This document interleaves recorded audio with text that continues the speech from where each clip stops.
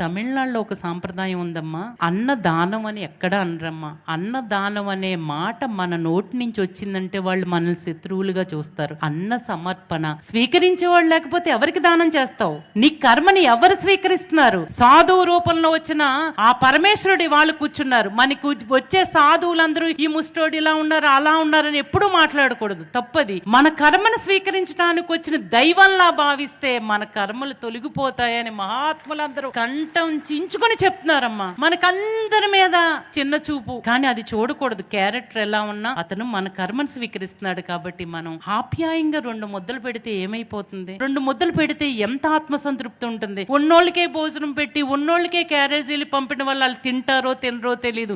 ఒక్క మహాత్ముడికి గనక మనం అన్న సమర్పణ చేసామా మన జీవితంలో ఇక ఏ దానము చేయాల్సిన అవసరం ఉండదు. అంతటి మహాత్మ్యం కలది అన్న సమర్పణ.